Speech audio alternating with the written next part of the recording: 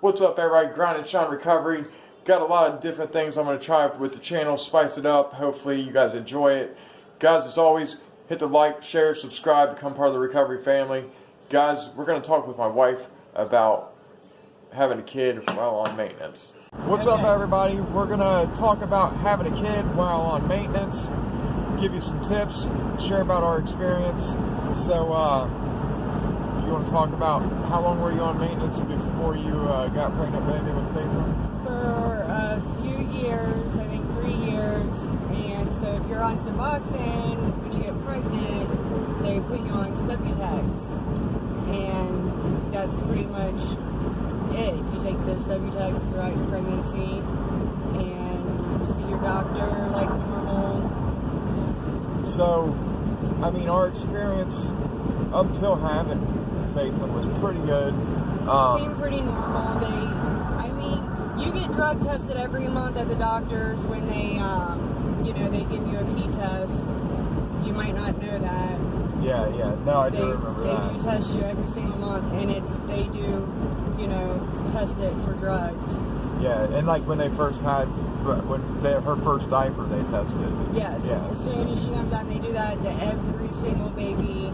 It doesn't matter who you are. Yeah, maintenance or not. Now they test every person having a child to make sure they don't go through neonatal syndrome. Now, I'd say we did have some stigma when we had Faithlyn. Well, the pregnancy seemed normal. Everybody, seeing the doctor, everything was fine. But once we had her and was in the hospital, that's when things, started to change a little bit because, it's like, oh, you were on Subutex, so, this is why she's shaking, or, she's got neonatal abstinence syndrome. I mean, everything that happens to a normal infant, if you're on Subutex, they will say it's because of that.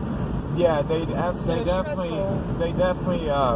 within the first 10 minutes of my daughter being born, I'll never forget, she was shaking, she still had all the gray stuff on her, and the nurse tried to say it was because she was already going through withdrawal somehow, and I'm talking within 10 minutes of this baby coming out, and that's insane. I've talked to doctors about it. You could research it yourself. You're not going to a baby will not go through withdrawal for the first day, at least the first day. So it seems like they pushed it. You know what I mean? They did. And they pushed the neonatal abstinence syndrome diagnosis. I feel like they pushed it and it wasn't necessary. And with that, the baby stays in the hospital for a little while. What they did with Faithlyn is they did a methadone taper. What was it, like 10 days? Yeah. It was a while, and I felt like we could take her home. Like, she was good. She didn't cry a lot. She didn't have, really any problems. Did you feel like they guilted us into agreeing to the treatment? Yeah. They definitely did. They said, she feels like you do when, you were dope sick, that you don't want your baby to go through that. So they're telling you your baby's is suffering, and if you don't follow their directions, you're making your baby suffer. Is kind of the way it was. So they do the taper, and you're not necessarily prepared for that because you think that you were on Subutex, that there's a that your baby's probably not going to go through withdrawal, or that everything's just going to be okay, and it is a little scary. It's different waters to navigate once the baby's born, because then in the hospital they had somebody from CPS come and talk to us. That was the cool thing. We were able to handle CPS being in our... Okay, so CPS, they have them based in the hospitals, every hospital, and they'll come and talk to you and see if they think that you're okay, that you're not, that you're stable. They verify you're actually seeing a doctor. And everything's okay, and you're not just, in there and you got nowhere to go, or you're not fit to raise a child. And that went pretty smoothly. What happened with Faithlyn is she was born with a cleft palate. Which is a very common, it's the most common birth defect type issue that you can have. I was born with cleft palate, so, but they definitely seem like the nurses definitely seem to give us the same treatment they gave people who were there that were still suffering from addiction, that are still. Yeah, I mean, some didn't, some did. Our doctor was cool with us. Yeah. Well, and what really bothered me is you had followed everything the doctor said to, you know, communicating with your Suboxone doctor to the, what was it, the baby doc? Oh, the pediatrician. The pediatrician. So, you know, you followed everything, and then, you know, to have a kid and then kind of get that treatment when your kid has to be there, you know, over 10 I was days. ready to have her and ready to bring her home, and I didn't want to have to go through all that at that point in my life. But we actually had a stockpile of diapers and formula. yeah, we had several baby showers. We were ready for her. Yeah. And she was great. Like, I mean, she was perfect. But, I mean, the hospital, like, I mean, we was just put through one thing after another and did not know beforehand that that was going to happen when we chose the hospital that we did. Yeah. So, I mean, if we would have went to, like, Good Samaritan downtown, probably, yeah, I mean, it probably wouldn't have went that way. But where we were at, and they weren't trained that well in cleft palates and how you have to feed a child with cleft palate.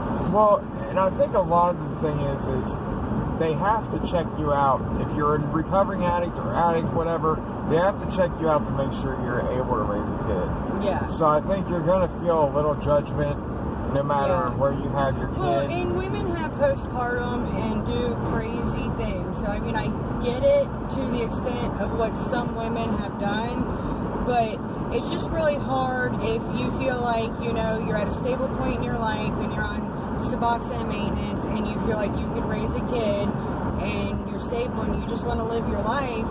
You need to research the hospital that you're going to have your baby at and kind of look into, like, you know, the neonatal care, what's going to happen there instead of just the pregnancy care, because, I mean, you're just thrown into a whole different situation when you have the baby. Yeah. Even though they're all prepared for you to come in. And I had complications. Remember, they had to induce my pregnancy. Oh, they yeah. had to bring me in on the squad. So, like, things didn't exactly go as planned. You know, so, like, the staff was a little different, and I mean, I guess the main thing I would tell anybody, what would you tell someone that might be getting ready to have a kid and they're on maintenance? How would you tell them to deal with some of the stigma that they're going to get? Because I'd say, I mean, just do your best, give it time, and just, you know, keep your head up and you will get through it. They're not going to take your baby if you're trying to be a good parent. I mean, they won't. Yeah. And just, you know that you might have to deal with that. It's very possible, and a lot of people don't realize that that's how people get their kids taken. But one thing is, you are being tested monthly at the doctors. They have all your pregnancy information when you have the baby, so keep that in mind up to that point, that, you know, communicate with the doctors for sure. Yeah. Don't try to hide it because they're going to see if everything. Say if you smoke marijuana sometimes and you're pregnant and you're trying to hide it, they know. Yeah. And they're going to bring that back on you later. So, I mean, try to stay healthy, do your best, and I'd really look into the hospital and ask questions about that. Research. Research. I would ask those questions about what's going to happen when I have this baby. Is Child Protective Services going to come talk to me? I would even, because usually you could go to the hospital and set up, like, your date to go in there. You, like, sort of, your insurance pays for the room ahead of time. Yeah. Like, you go in there and you do, like, an intake before you have the baby. And I would just, you know, I would ask the questions, definitely, you know, be prepared for some stigma. For yeah, sure. I mean, there's always going to be some, but they see it every single day. I mean, it is so common.